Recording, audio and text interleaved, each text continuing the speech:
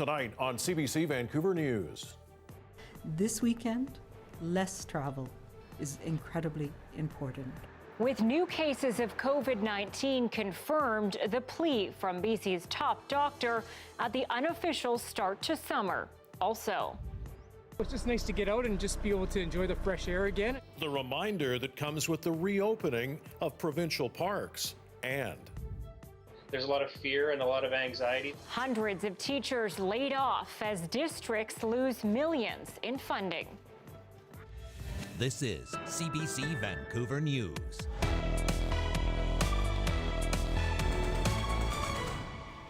Good evening. May Long is usually the unofficial kickoff to summer, but this weekend the new mantra is stay local, stay apart, stay safe. Message coming just days before BC is set to launch phase 2 of its reopening next week. Our Tanya Fletcher is live again tonight with the latest. And Tanya, the province is making a very now familiar plea. Yeah, that's right, Mike. And it's almost counterintuitive to be told to stick close to home as we're making plans to reopen back up and expand our circles eventually. But that's exactly the message BC's top doctor and health minister are hammering home. Not yet. You know, that begs the question, can people from, say, the suburbs come in and enjoy Vancouver beaches? If you live downtown, can you go to White Rock or the North Shore? Well, they didn't get that specific, but the overall message is stick as close to home as possible. So that means not traveling, even within the province, if you're trying to go far. And as tempting as it might be, especially on what is a traditionally huge travel weekend, just don't do it. Avoid going to places such as the Sunshine Coast, to Powell River, and to Sechelt, to Gibsons, and to Pender Harbor. As wonderful as all of those communities are, for example, that this is not the weekend to go. Go for a hike in your local park. Visit the farmers markets, which have started up on the weekends. Have a picnic. And if the rain sets in, continue to do those things that we have been doing. Have a weekend of movies at home. Have those Zoom dates. Well, they also talked about a shift in thinking around how and when we plan our summer vacations, given the potential for a resurgence.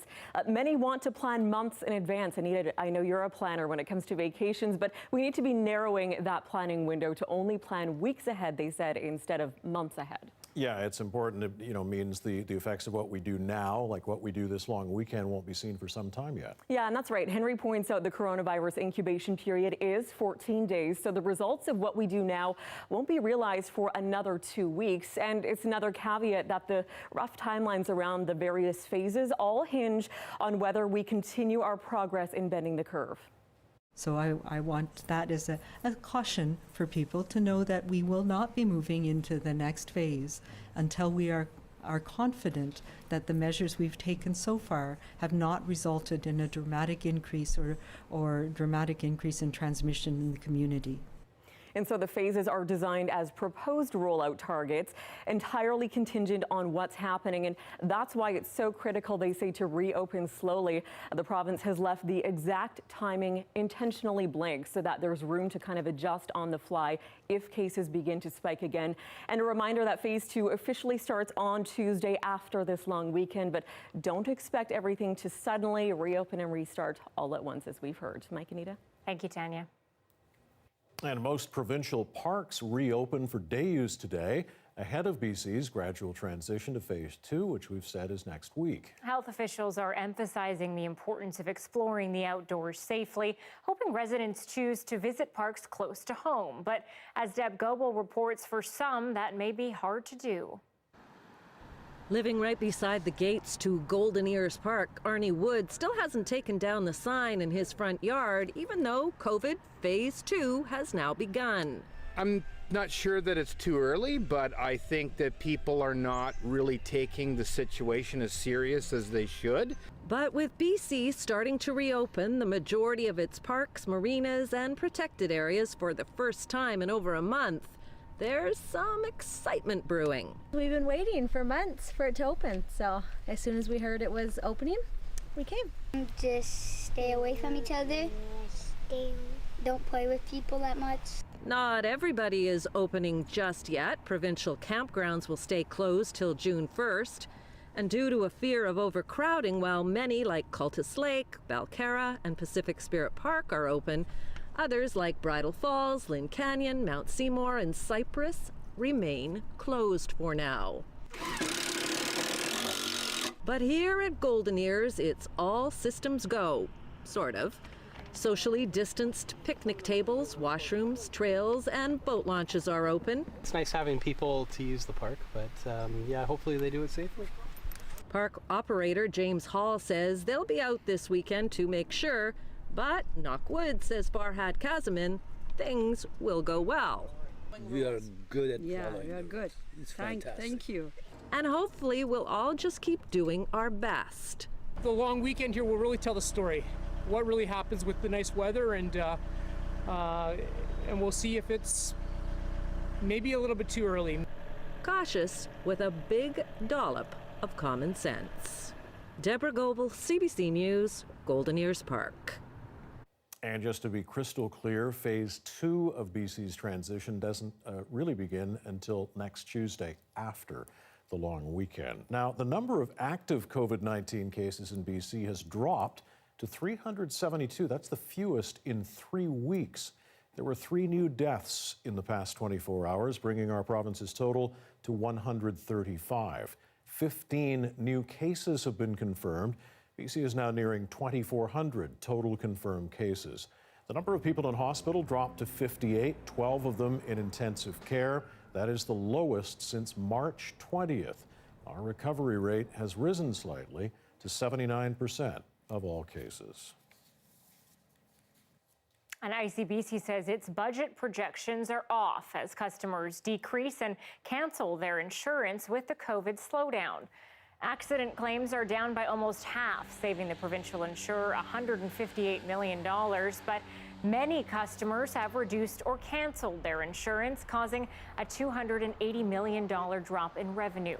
All this means there will be no decision on premium changes or rebates until the end of the year when the final numbers are in.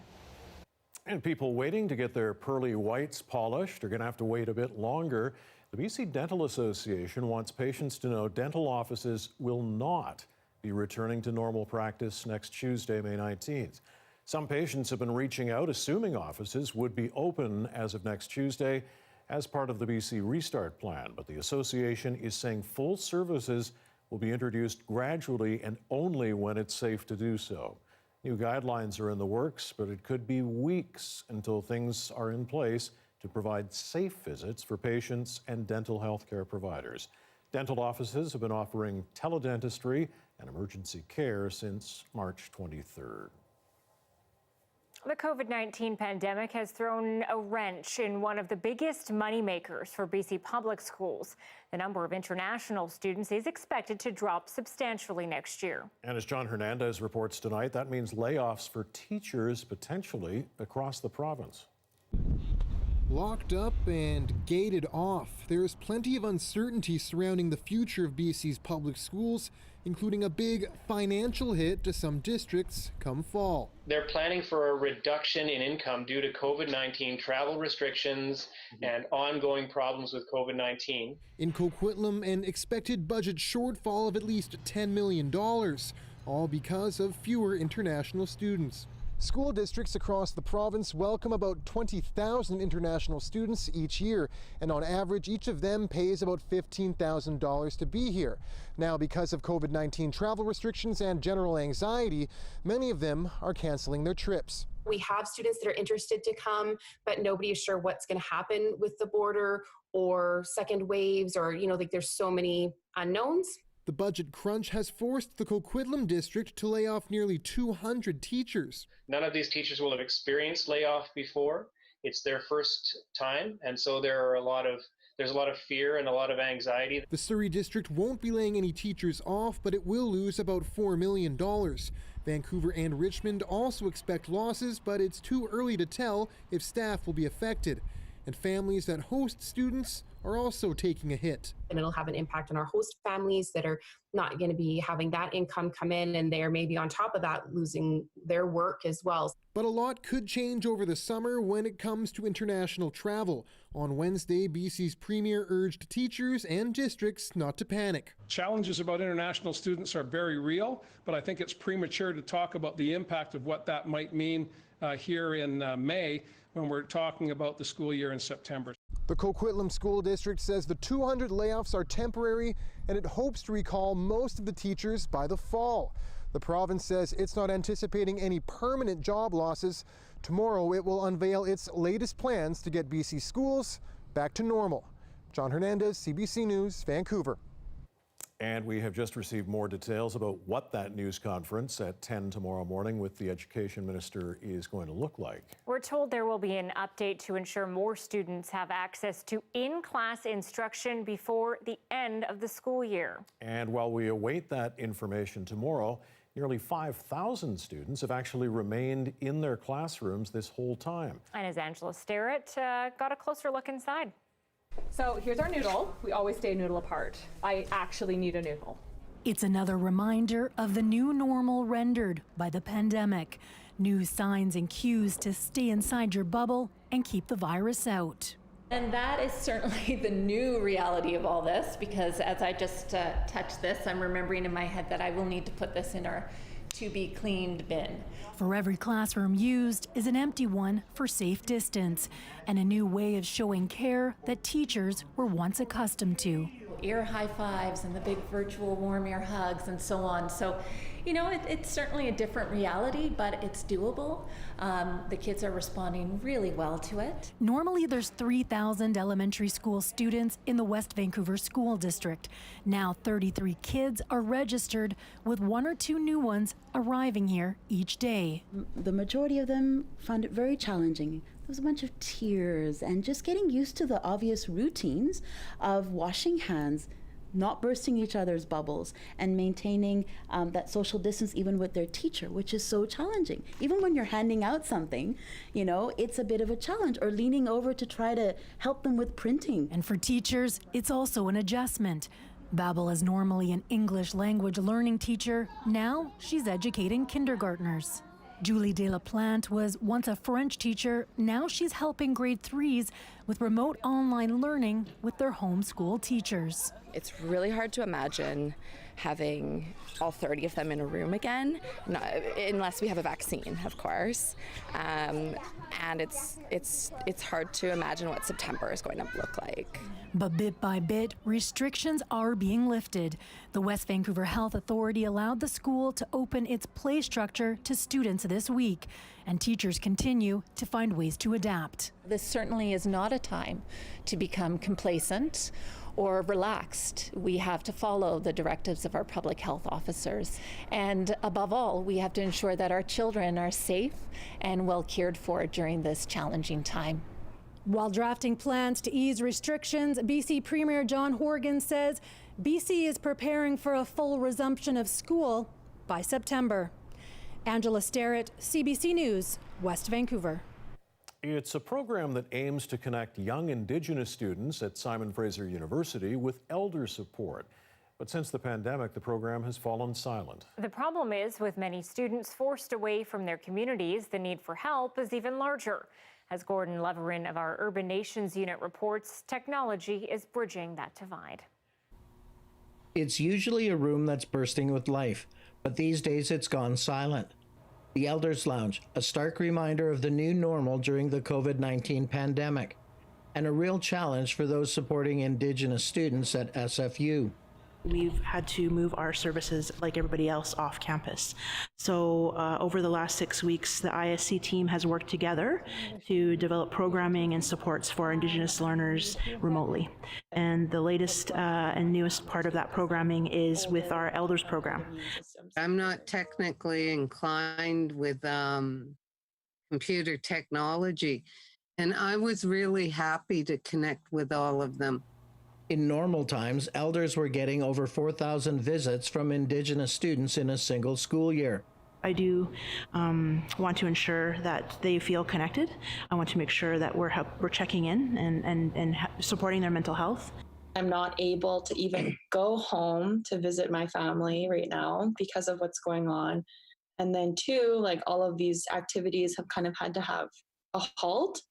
Of us dealing with classes remotely and trying to navigate that, and then not even being able to, be able to reach the supports that we're used to. Zoom, an online meeting app, has replaced the Elders Lounge as a place of comfort. And just like before the pandemic, an elder is able to once more offer sage advice. We just need to be talking about what we're doing and how we're, keeping occupied so that we're not dwelling in fear. How we get our students to successfully get through this institution, get their degrees with their heart, spirit, and minds intact. That's my goal. Gordon Lovren, CBC News, Vancouver.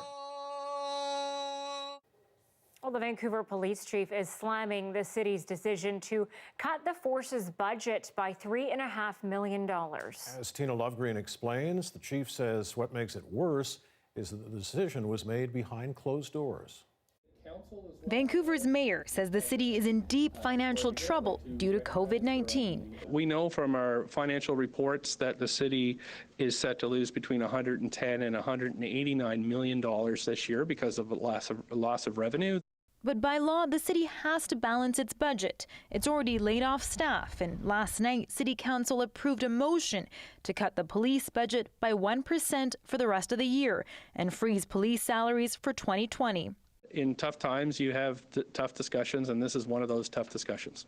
Vancouver's chief of police was not pleased. If you're going to cut during a pandemic services, police is certainly not near the top of the list. And he predicts the 1% cut, or $3.5 million, is only the beginning. He says after arbitration concludes in June, the VPD will be looking at an $8 million shortfall or loss of 80 officers. But the situation made worse, he says, by the decision being made in camera without him. We're blindsided by some motion behind closed doors that we weren't aware of. The mayor says it had to be done that way to respect HR and collective bargaining. Back in April, the city warned the police board to come up with budget cuts or the city would do it for them. But the chief and the police union say there is no fat to trim. We are a very efficient business, a very efficient police department. And people need to realize too, we just now this year reached our staffing levels from back in 2009. The mayor says it has asked the province and federal government for financial support and promises this is not a ploy to get those funds. And we need to be out there. So police is different from other city departments, and we fall into the core essential category, not sort of the nice to have that you could bring on later. We're an essential service that has to be out there around the clock. Tina Lovegreen, CBC News, Vancouver. Well, another activity shuttered by the pandemic has been whale watching. But residents at a retirement home in Burnaby were lucky enough to spot one yesterday in the Burrard Inlet. The group was about to start a meditation class when this welcome distraction appeared. Wow. Its appearance was a hot topic for phone calls and loved ones that night. Many of the residents had never seen a whale before. Very nice. Oh, wow. So that's a baby humpback, right? I believe it is. Pretty nice thing to visual to meditate to, I have to say. They're mixed in with the freighters and everything else. Yes. Very nice. All right, let's bring in meteorologist Brett Soderholm. Brett, we got a little bit of everything today. We did, and I know yesterday was promising a lot of sunshine, and it took its sweet time getting here, but now at about 6 o'clock, I would safely say it's pretty sunny down here in downtown Vancouver, and quite a few places across the lower mainland, all in the same boat. But yeah, had a little bit of everything today, and I want to show you what that looked like in terms of satellite and radar imagery. It was kind of touch and go this morning, a few spotty showers here and there, and you can see that we are still dealing with a few showers in places like Vancouver Island, but as far as Vancouver in the lower mainland is concerned, we're going to be looking at mostly clear skies, I would say, for the next little while. And look at this temperature, 17 degrees at 6 p.m. We are exactly where we should be for about mid-May, and everywhere in the lower mainland is kind of into that same boat. Now, as we go ahead, of course, tomorrow is going to be Friday. A lot of people potentially taking an early start to their long weekend. And I'll be honest with you, if you can do that, you are going to be very lucky because we have about really nice and sunny conditions from starting first thing in the morning all the way through through the afternoon. Daytime highs likely to approach that 20-degree mark, especially if you're farther inland. And this is a great time to remind you that the UV index tomorrow is actually going to be pretty high. So if you are going to be outside for any amount of time, definitely have that sunscreen with you. Now, in terms of the UV index and the rest of the weekend's forecast, well, I'm going to have all of that information when I come back. Okay, we'll talk to you soon. Thanks, Brett. And a reminder, you can watch this newscast live on CBC Gem. The free app is also where you can find other CBC programs. CBC Vancouver is also on Facebook, YouTube, and Instagram. Both of us also on Instagram and Twitter. Coming up just after 6:30 tonight, what impact is COVID-19 having on travel? And what can we expect going forward? An expert will be here to answer your questions. Alison Wallace from Flight Centre. Give us an email, send us an email, give us a call. There's the number, 604-662-6801. Back in just a sec.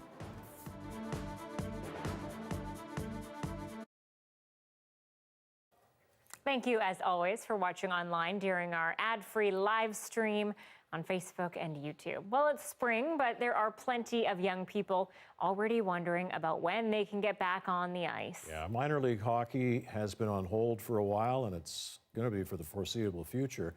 And as Stacey Janza reports, there are plenty of questions about what the sport will look like going forward. Normally, Allie Thompson would be on the ice, preparing for hockey tryouts. Instead, she's on her driveway trying to keep her skills sharp.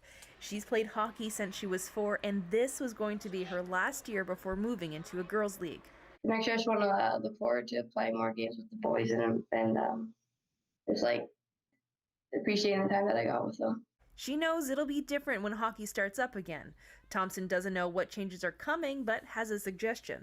Maybe just like keeping hand sanitizer or more soap in the dressing room or something like that. Her dad isn't sure how the dressing room situation will work. If arenas have to clean them every time a team leaves, it's going to cause havoc for the schedule.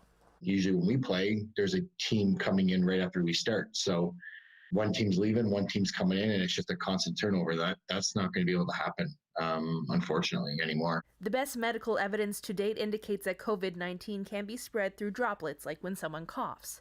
University of Windsor biomedical science professor says there's no evidence so far that it's transferred through sweat, but it's important to make sure basic hygiene practices are enforced. I don't think any hockey mom would disapprove of us encouraging more hand washing when you finish hockey, really ensuring that there's access for the participants to be able to properly wash before or after their events. I know many arenas, they don't have really great hot water. Often the soap is not full. As for dressing rooms, Porter says players may have to change in and out of their hockey equipment at home like when children were smaller, or arenas may have to open up more dressing rooms, which would allow more space between players. For now, Allie Thompson has to work on her game solo because there's still no decision as to when minor hockey could start again, with local associations waiting for word from higher up. In a statement, Hockey Canada says public health officials and its own board of directors will decide when hockey will resume, but have no concrete plans for when or how the puck will drop and players will be back on the ice. Stacey Janzer, CBC News, Windsor. Yeah, a lot of kids chomping at the bit to get back on the ice, even the old guys for beer league hockey and stuff like that. Yeah, I know you're still doing your stretching on Wednesday nights, but nowhere to go. Got to do something, yeah. A lot of people also anxious and chomping at the bit to get traveling again. I know you love to book trips. You book so far ahead for future Like Tanya trips. said, I'm a planner. I got to book at least a year in advance. And now I'm really having a hard time with that. Good. Well, maybe you have some questions because we have an expert here in just a little bit to try to answer them for you, what it's going to look like going forward and what some people are experiencing right now. So Alison Wallace from Flight Centre is going to be here to answer your questions. If you have them, just leave them in the comments section. Online, we'll get to that in about 10 or 15 minutes. Be right back.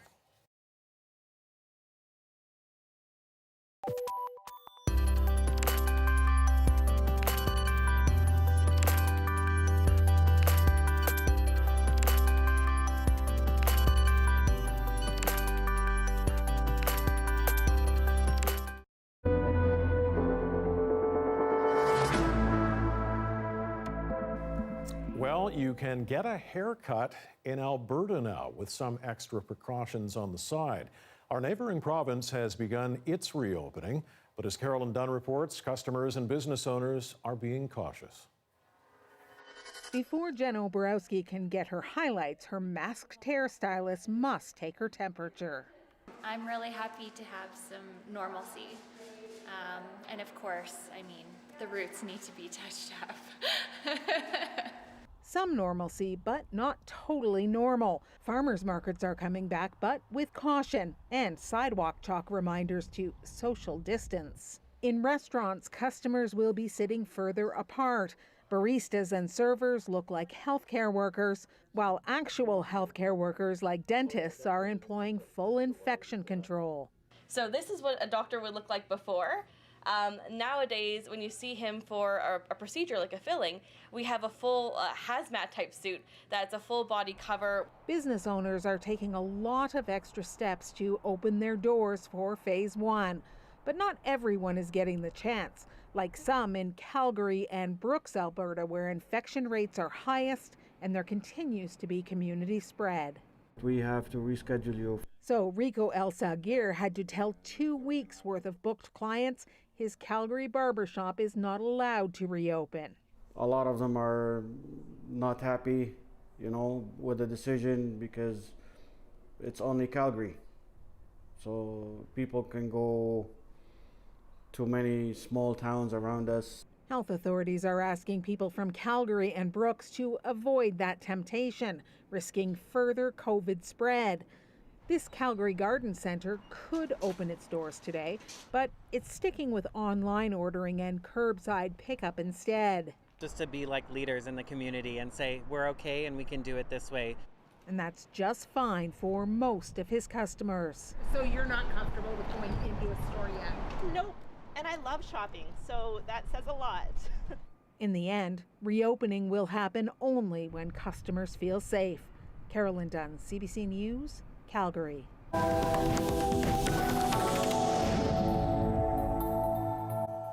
A U.S. House committee heard a grim warning today. Testimony from the man who was in charge of developing and acquiring vaccines for the U.S. until he was ousted late last month. As Katie Simpson reports, he says early warnings about the coronavirus were met with indifference and ineptitude. Dr. Rick Bright says from the start he recognized the urgent threat posed by COVID-19, warning lawmakers immediate action is still necessary. Without better planning, 2020 could be the darkest winter in modern history. Time is running out because the virus is still spreading everywhere. And Bright used his testimony not only to call on the government to ramp up testing and stockpile supplies, but offered a scathing assessment of the early handling of the outbreak. I believe Americans need to be told the truth. We did not educate them on social distancing and wearing a mask as we should have in January and February. All of those forewarnings could have had an impact on further slowing this outbreak and saving more lives. One of the biggest missteps, he says, his managers ignored his warnings about a medical supply shortage. Lives were endangered, and I believe lives were lost. Bright was removed from his post overseeing vaccine development, he says, because he refused to allow the widespread use of an anti-malaria drug the president had been promoting. I watched him, and he looks like an angry, disgruntled employee. Donald Trump may be dismissing the testimony, but Bright hopes the public is listening. These past months have taken a toll on the whistleblower, with one moment that haunts him. It's when he got an email from a mask producer about the overall lack of equipment. And he said, "We're in deep shit. The world is." Mike Bowen wrote that email. He offered his mask-making services to the government, but says he, too, was ignored. I'm angry because I've done this for so long. And I've been ignored for so long. Bright had one more bleak prediction. A vaccine will be ready in 12 to 18 months only if everything goes perfectly. That's never happened before. Katie Simpson, CBC News, Washington. COVID-19 is having an unprecedented impact on travel and tourism. Coming up, an expert will answer your questions, not about your specific bookings or plans, but what we can expect going forward in the coming months. Email us or give us a call at 604-662-6801. That's coming up just after 6:30.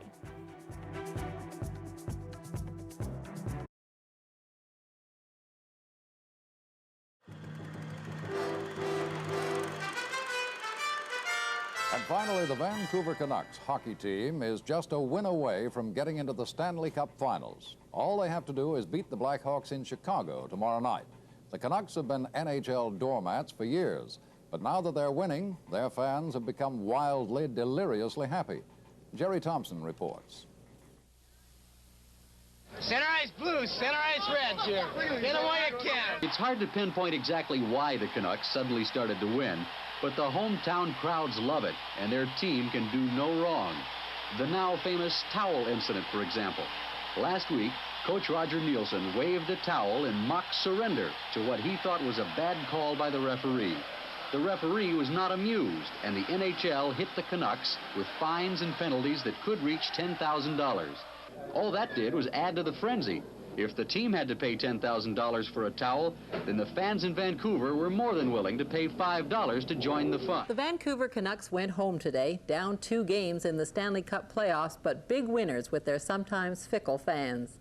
Throughout the city, banners, billboards, and white flags proclaimed the city's surrender to hockey hysteria. The Journal's Tom Alderman ventured into Lotus Land to send this report. They don't deserve it. They shouldn't have it. They got no business being up there. But somehow the Vancouver Canucks are in the Stanley Cup Finals. Now the folks in Vancouver can lord it over the rest of us for something other than their beloved climate and their mountains.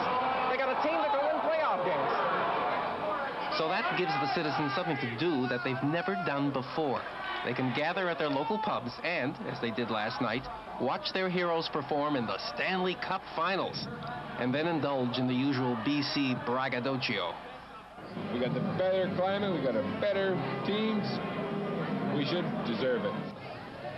Behold, 1,000 people waiting up to 2 days in line for tickets to the first Stanley Cup game ever held in Vancouver. They want to be in on history, BC style. I'm a Canucks fan. I'm a reborn Canucks fan, but I'm a Canucks fan. This just doesn't happen very often, you know. Canucks making it to the finals, you know. They worked hard, you know, they deserve it, so I'm going to come down and cheer for them no matter what it costs or whatever. They're watching this game all over the world, and Vancouver's there. What meaneth all this madness?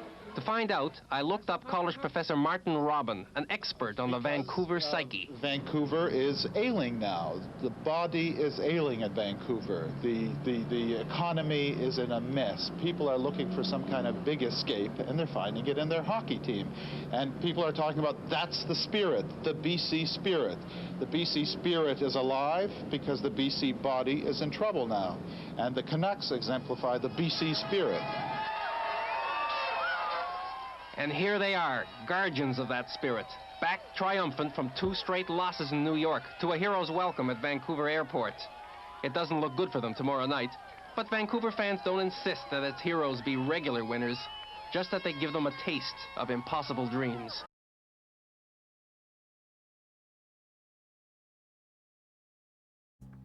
Here are some of the stories we're following tonight on CBC Vancouver News.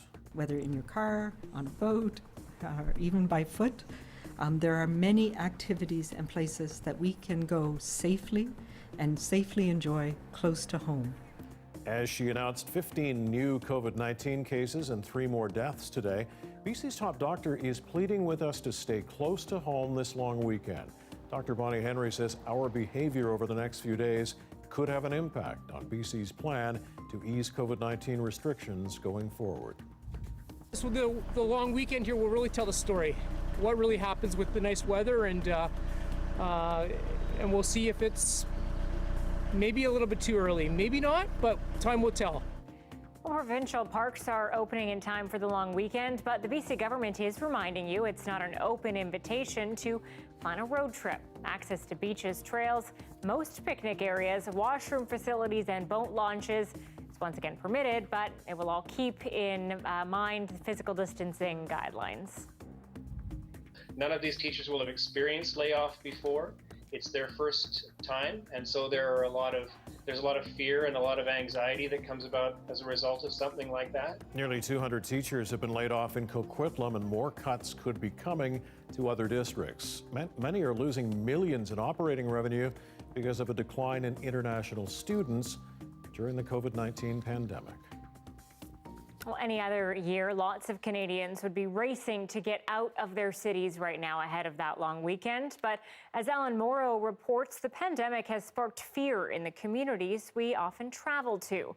Fear of what happens if people show up and what happens if they don't. Where are you headed? In northern Saskatchewan, a checkpoint near Green Lake.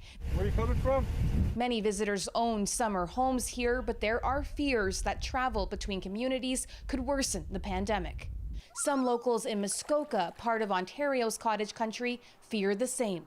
If you get sick here, we don't have the resources. Heather Donovan worries about capacity at local hospitals. This is where we live, this is where our children live. And the general feeling is that cottagers, this is a second home, so they have a choice. But that feeling isn't shared by all. Jordy Newlands can't wait for his marinas to reopen this weekend. Like so many others here, his business needs cottage owners to survive. The window is so short to make money, so we have several staff and families that rely on us to have jobs to feed their families. To go or not to go to vacation homes, the divisive debate nationwide with the long weekend looming. BC's top doctor had this advice. So if I own a summer cottage in a small community, yeah, let's go there. But come prepared. Let's bring our food with us so that we're not creating lineups and havoc at the local grocery store. Other areas want vacation homeowners to stay away altogether. So, you go from shock to anger. Nicole Vritsius' family saved for years to buy this property on Lake Erie. But if they stayed there now, they could be fined $5,000, one of the country's most extreme measures to keep cottagers out. We are taxpayers. Our family would exercise caution. We would isolate. We would bring our own things. Instead, their property will sit empty. The unofficial start to summer for locals and visitors alike stifled by COVID-19. Ellen Morrow, CBC News, Toronto. Yes, a lot of questions about travel right now, not surprisingly, and it's time to put your questions about that to our experts. So if you haven't throughout the day, get your questions to us right now. Send an email, or you can give us a phone call. Put the number on the screen there, or if you're online, put the question in the comments section. And when it comes to travel and tourism, we have never seen such a complete shutdown worldwide for such a sustained period of time. And that, coupled with the uncertainty around when restrictions will be eased, whether a vaccine will be found, make it even more challenging. And joining us now live is Alison Wallace, VP Communications with Flight Centre Canada, based here in Vancouver. Hi, Alison. Thanks very much for doing this tonight. We appreciate it. Hi, Mike. Good evening. Let me ask you, first of all, what's your sense of what's going on? Are people chomping at the bit to travel? Are they scared? Maybe a little bit of both? Yeah, I think it's definitely a little bit of both. I mean, people have been self-isolating for a couple of months now and feeling the urge and the need to get out, and particularly here in BC, seeing the light at the end of the tunnel as we flatten the curve. But there's also a little bit of trepidation and people needing to feel that they're safe when they do make the choice to travel.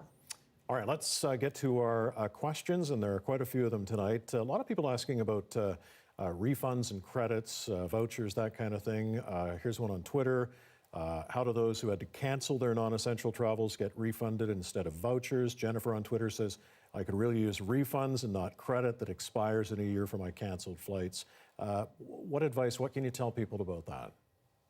Yeah, so I know that this was a really challenging position for a lot of people that got a choice of or didn't get a choice of a refund by some travel providers. And those travel providers were citing the force majeure clause within their policies, saying, look, this was completely out of our control. It's not something we could control, so we're not bound by that part of our policy. So it's not necessarily what people want to hear, and I'm not a lawyer, so I don't know the position of being able to challenge that, but as long as they're providing credit, they are still within their policy. And each policy is different, so it would really depend on who you booked with and who the travel provider is. All right, here's a question from Lisa. Partner lives in Europe, and I appreciate we don't know a lot of what might happen going forward, but can he come here, let's say in July? Well, we're certainly in a wait and see at this point. As of now, no, but come July, as we've learned in the last 2 months, a lifetime can happen in 2 months. I would say it'd be very optimistic to think he might be able to come in July, but it is not out of the realm of possibility. All right, here's Tom emailing in asking, what should the expectation be for Canadians who snowbird in the United States during the winter? And again, appreciating we don't know some of this, but can borders expect to be open by November? Will insurance companies provide health insurance? That's been a big question as well. And what would the expectation be on return? I mean, right now, it's a 14-day quarantine for people coming back. Yes, so there's a lot of factors in there. And first of all, with when the border will be open, we don't know. We know that the U.S. border is going to be closed for at least the next few weeks, and it's going to have a lot to do with is the coronavirus under control? Do people feel like it's under control? Have we flattened the curve, not only here, but where the person is, the destination that people are going to? In terms of travel insurance, the thing to remember about insurance is it's put in place to take care of unknown events. This COVID pandemic is now a known event. So it'll be challenging to get coverage for COVID because we now know it's there. But you can certainly get travel insurance for other things or other events that might pop up. And I'm not sure if I answered, because I think there was a third part to that, and I can't remember what the third part to that question was.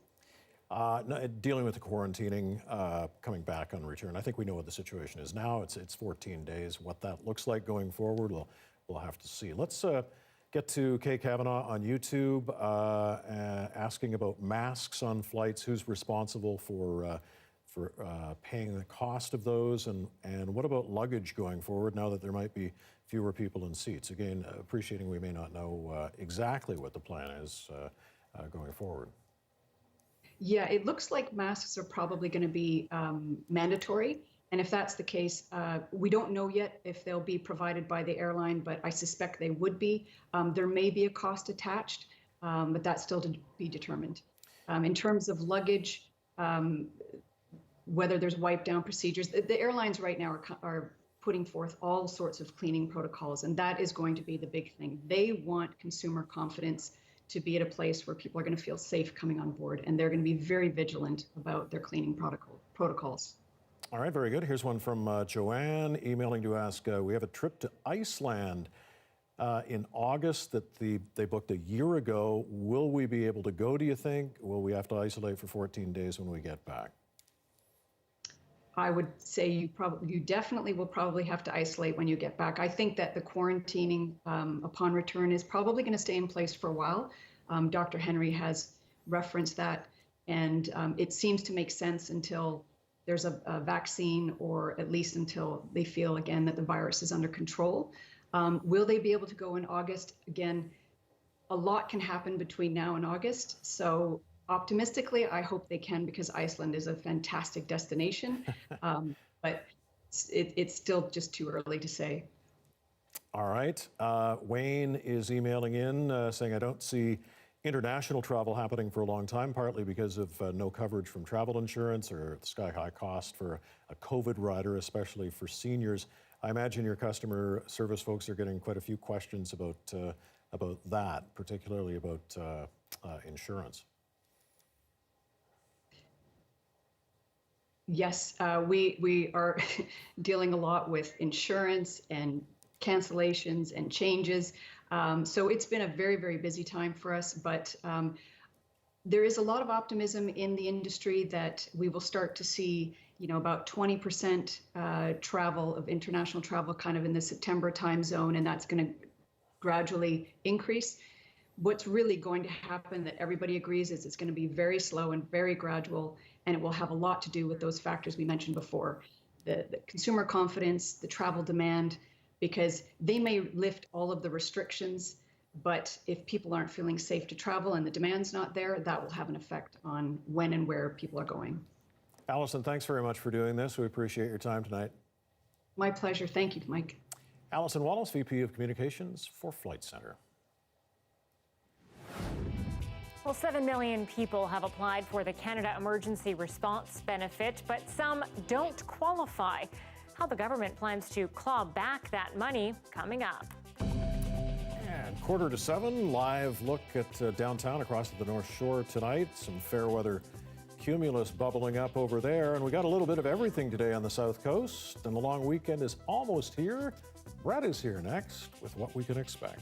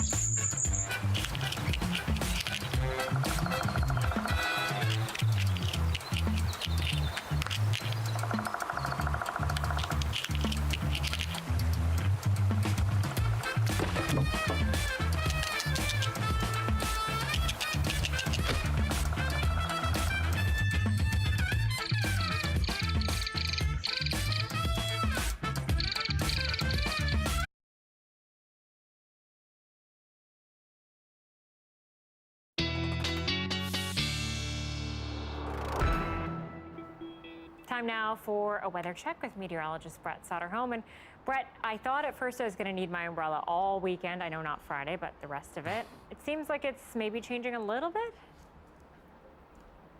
Yeah, I would say you're probably not going to need it the entire time. I would still recommend you keep it with you, especially for Saturday. But as we get toward the end of the weekend, I think you can pretty safely put that away and just honestly embrace the rain that we so desperately need. But I want to walk you through the next 24 hours first before we get to the long weekend details. And I'm going to start by showing you what we can be expecting across BC. As I mentioned earlier, when it comes to the overnight period tonight and Friday, it is going to be one of the sunniest periods that we have seen all week. It is not going to be the same story, unfortunately, for the Kootenay regions and the Okanagan as well. We are expecting a few showers and potentially even some thunder shower activity throughout that region on Friday afternoon. But farther to the north, we still remain a little bit abnormally dry, but that is all going to be changing by the weekend. Temperature-wise, for that northern portion, you can see pretty well right around seasonal for all of our major towns and communities up there. And down south as well, we're going to be looking at temperatures maybe a little bit above seasonal on Friday, but then we're going to drop down back to where we kind of should be for Saturday.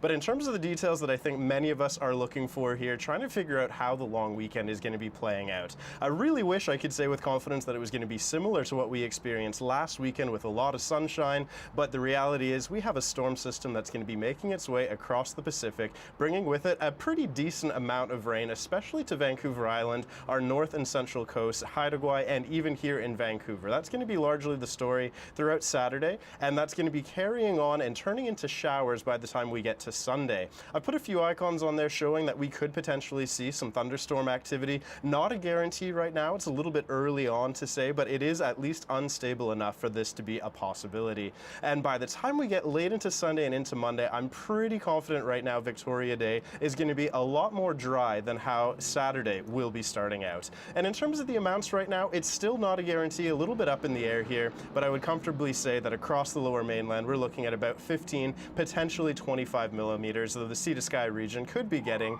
even a little bit more. Now, a 5-day forecast, kind of just to sum up everything that I said, a really nice looking Friday, showers for Saturday and Sunday, and then we'll get a little bit of everything for Victoria Day before we clear out in time for Tuesday. Okay, thanks, Brett. CBC News has learned how the government will identify fraudulent use of the Canada Emergency Response Benefit. More than 7 million people have now applied for those $2,000 monthly checks. But as Catherine Cullen shows us tonight, some recipients just don't qualify. They may not be the intended targets of the Canada Emergency Response Benefit, but some unemployed and homeless here are getting it. People who are in desperate times and in desperate poverty see an opportunity to improve their lives generally and will apply to this fund. It's certainly not just the homeless. CBC News has reported on other instances of people who haven't lost their jobs claiming the benefit. Today, the Prime Minister defended the $35 billion program. Getting that help to 99% of the Canadians who needed it quickly and rapidly, if it meant even accepting that 1 or 2% might make fraudulent claims, was the choice that we gladly made. Federal officials say they will check up on benefit claims later. CBC News has learned the Canada Revenue Agency will ask employers when people worked, a month-by-month breakdown of income during the pandemic. They can use that to ensure Canadians weren't collecting benefits while working, but it won't happen quickly. Much of the back-end validation is not going to happen until essentially tax time of next year, a senior CRA official told CBC News. And when that happens, the emphasis will be on getting the money back. There's not going to be penalties, and we're not going to punish people if they did it in good faith. But future clawbacks or reductions of provincial benefits represent a real danger to those struggling to get by, warns Rick Lees. We just don't want to find ourselves a year from now trying to advocate for someone to get back some assistance program that's essential to them living because they obtained CERB today. Federal officials say they are still doing some basic checks on the benefits, like ensuring the application isn't for someone deceased. But CRA employees have been told that their job right now is to help people in difficult times. Catherine Cullen, CBC News, Ottawa. Coming up tonight, meet the queen of the thank you note. From her kitchen, she pens hundreds of cards for frontline staff in the COVID fight. Stay with us.